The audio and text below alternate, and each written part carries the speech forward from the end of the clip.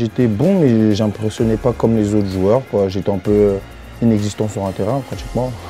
Je touchais le ballon une fois tous les 10 minutes, tu vois. J'étais un peu invisible sur le terrain, donc c'est ça qui m'a pas permis de taper dans les yeux des clubs plus tôt.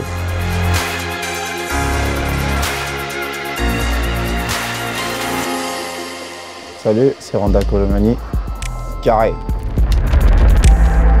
Je l'ai toujours dit, c'est vraiment à Boulogne, ça a vraiment commencé à changer ma vie. Je commence avec la pire des manières, avec des suspensions.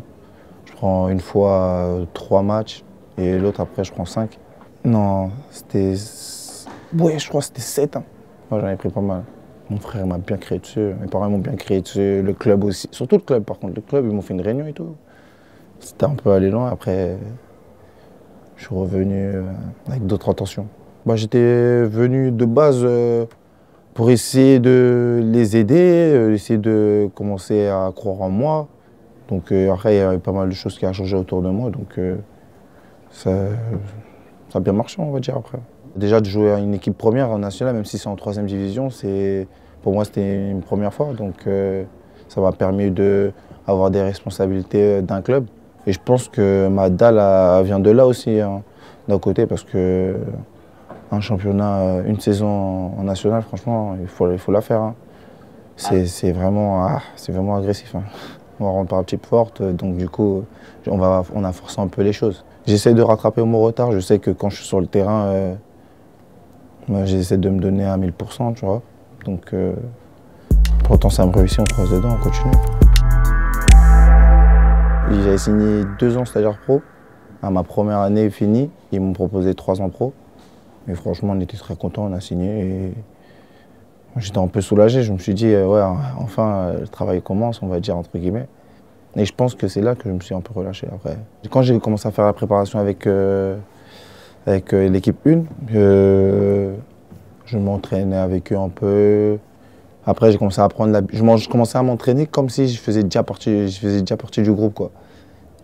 En fait, je devais essayer de montrer un peu plus, de prouver ma place, mais je faisais pas ça. Il faut être prêt mentalement, hein, parce que le foot, c'est physique, oui, c'est sur le terrain, mais après, en dehors de ça, il faut être fort mentalement. Il y a aussi plein de choses qui vont autour avec. Si, par exemple, tu ne joues pas ou le coach te fait rentrer que 1 minute par-ci, il ne te fait pas rentrer, mais tu as envie de jouer, tu as besoin de temps de jeu, tu peux craquer, mais non, il ne faut pas lâcher, il faut continuer à travailler et prendre sur toi, continuer à prouver aux entraînements. Et après, ta chance, ça va venir. C'est ça, en fait. Pour ça, je dis que c'est mental, vraiment mental. Ma dernière année, 1 an, franchement, juste un mot, je veux dire magnifique, incroyable. Parce que c'était juste, tu vois, une vraie bande de potes. On était vraiment ensemble, vraiment un groupe uni.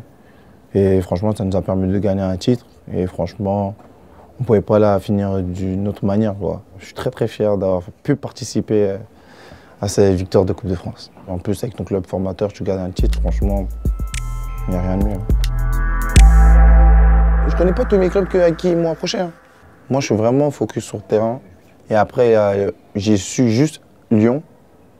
Lyon, ils m'avaient approché, oui, j'avais discuté avec Juninho et tout, oui. Mais c'est tout. Quand j'ai commencé à parler avec les clubs, Francfort, c'était un peu les plus chauds qui m'ont proposé un projet un peu plus sérieux.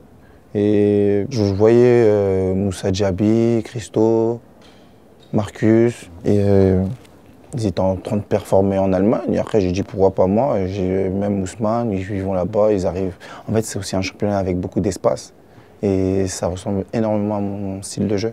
Après, j'avais déjà vu des attaquants passer par là. Donc, je voyais que c'était un peu un club qui fait évoluer les attaquants. Donc, pour moi, c'était un objectif d'y aller et essayer de prouver que moi aussi, je peux faire briller une équipe et que je peux essayer d'aider mon équipe à aller le plus haut. Je trouve que l'Eintracht, c'est comme Nantes.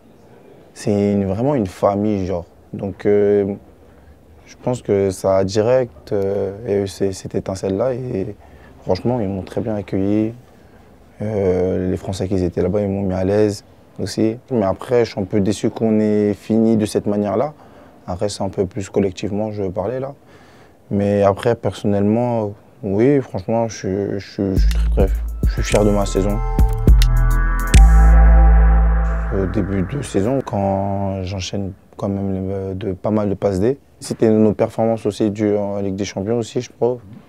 On a reçu gagner à Marseille. Et on a fait une très belle première partie de saison, je trouve aussi. Et après, je suis appelé en septembre. J'étais très fier et je me suis dit que mon tour allait venir. Je continuais à travailler, je venais juste d'arriver dans mon nouveau club. C'est ma troisième saison en pro, donc allez, tranquille, ça va arriver. Donc je n'étais pas pressé par rapport à ça. Je me suis dit qu'il y a l'Euro qui va arriver, donc on va essayer de tout faire pour être dans cette liste. Mais je suis appelé malgré la mauvaise nouvelle pour Christo, donc du coup, j'ai pu être repêché. Je suis une personne qui garde la tête sur les épaules. Après, ma famille aussi, ils arrivent à être autour de moi, à me canaliser, à m'aider et tout. Donc pour moi, c'était un rêve de gosse qui se réalisait. C'est contre le Maroc en demi-finale de la Coupe du Monde. Le coach il m'appelle, il me dit tu vas rentrer, ça veut dire... J'étais parti à l'échauffement, donc il m'a appelé, je vais rentrer et tout. Et il m'a dit que tu allais remplacer Kingsley, je crois. Ouais, Kingsley, sur le couloir droit. Donc du coup, il m'a dit de refaire pas mal les efforts défensifs et aussi d'aller provoquer quand j'ai le ballon. Donc du coup, il m'a donné quelques petites consignes et après, je suis rentré et premier ballon, je marque. C'est pas un but de fou quand même, moi. Même mon neveu, il marque ce but. Mais après, très fier, non, très fier. Franchement, avec un beau travail de Kylian, franchement, je suis très fier de la mettre au fond. Mon premier but sous les couleurs des Bleus, je m'en rappelais toute ma vie, je pense. Et pendant la finale, ouais, je rentre quand... Déjà, il nous envoie à l'échauffement quand il y a le 2-0. Et 5 minutes après, il nous rappelle. Moi et Marcus, vas-y, on va rentrer là. On s'est dit que ouais, c'est notre moment, c'est à nous d'aller réveiller les autres. Qu'on rentre, qu'on essaie de montrer la voie à suivre. Donc je pense qu'ils l'ont capté très rapidement, je pense. Quand je suis rentré sur le terrain, en fait, j'étais déjà énervé quand je partais à l'échauffement. Donc quand il m'a rappelé, j'étais énervé et quand j'étais sur le terrain, j'étais déjà énervé. Et je voulais tout casser. En fait, j'étais dans une optique, en fait, là, il fallait que je sais pas, que tout le monde se réveille, que, en fait, ressemer une révolte, quoi. À la mi-temps aussi, on a bien parlé entre nous. Je pense que aussi, ça nous a fait du bien aussi, cette mi-temps.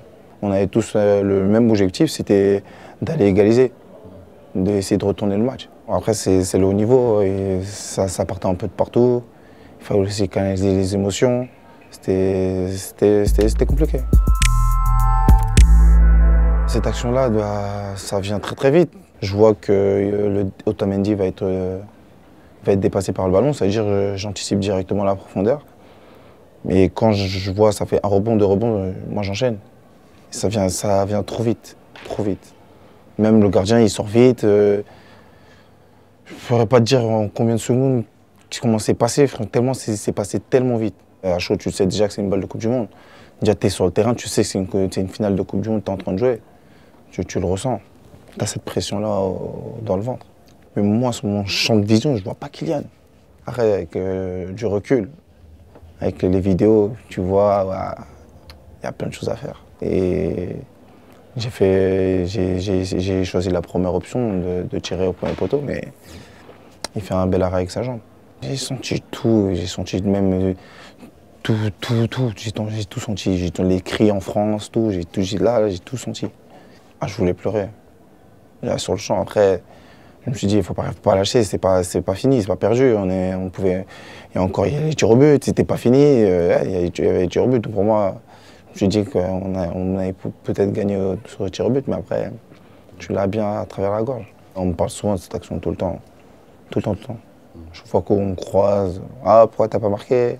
J'ai la haine et j'espère avoir cette haine jusqu'à la fin de ma carrière. Ça va m'aider, ça va me forger, à toujours me relever, aller me battre, prouver que allez, je peux le faire, me surpasser, surtout me surpasser. Antoine Griezmann, je dirais, mais vraiment à l'aise quand il a le ballon dans les pieds, vraiment, c'est facile pour lui en fait.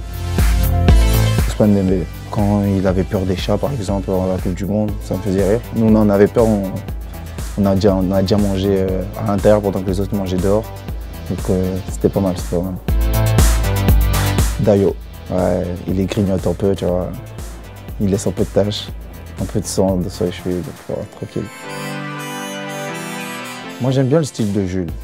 Parce que tu vois, il est un peu atypique. Mais je dirais Mike. J'aime bien, c'est simple, c'est carré. Je dirais Dordo. Parce qu'on me met arrière gauche, on me met au milieu. Tout le temps, il joue bien, donc on va essayer de le mettre arrière droit. Bah, tout le monde, sinon on serait pas là. Beaucoup de triche. Et maintenant, il y a des alliances. Et l'alliance la plus maléfique, elle venait du 9-3. Alias Kylian Mbappé et Randal Kolo Muani. Et je peux vous dire que dans le 9-3, ça triche beaucoup. 93, on était ensemble, c'est pour ça. Ils sont jaloux. Voilà, tu me poses une colle. Moi, je dis Kingsley ou Kylian. Et même Moussa. Et même Moussa. Et même Théo.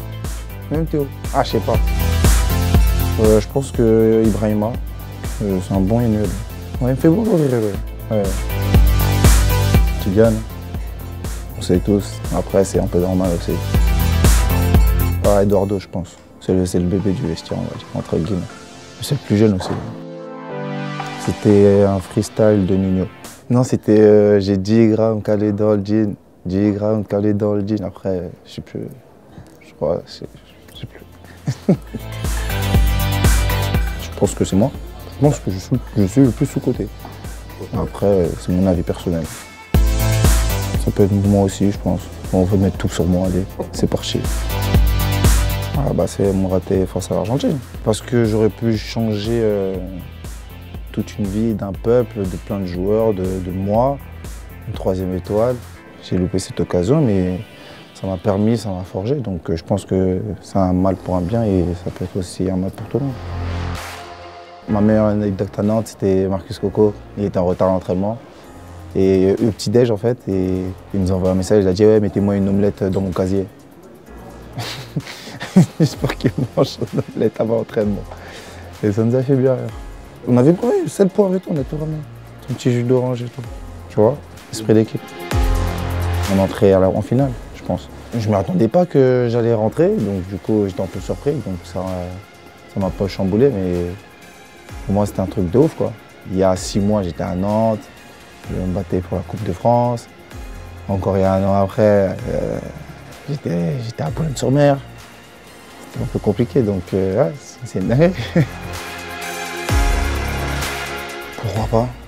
Moi, j'aimerais bien rêver. J'ai déjà rêvé de ça. Et on va essayer de travailler pour aller toucher le ballon d'or, mais c'est juste un rêve. Il faut claquer les buts, il faut être décisif à chaque match. Franchement, c'est vraiment le haut niveau. Donc, on va aller tranquillement. Pour l'instant, on regarde de loin. Après, on verra. On ne sait pas ce qu'il fait demain. C'est bien de rêver. Il faut rêver. Il faut rêver. Ma devise, franchement, c'est tout manger, tout prendre, mais rien laisser. Parce que sinon, tu vas manger des miettes. Franchement, clairement, tu vas manger des miettes, mais après, c'est tout donner. Franchement, tout donner. Et rien regretter après.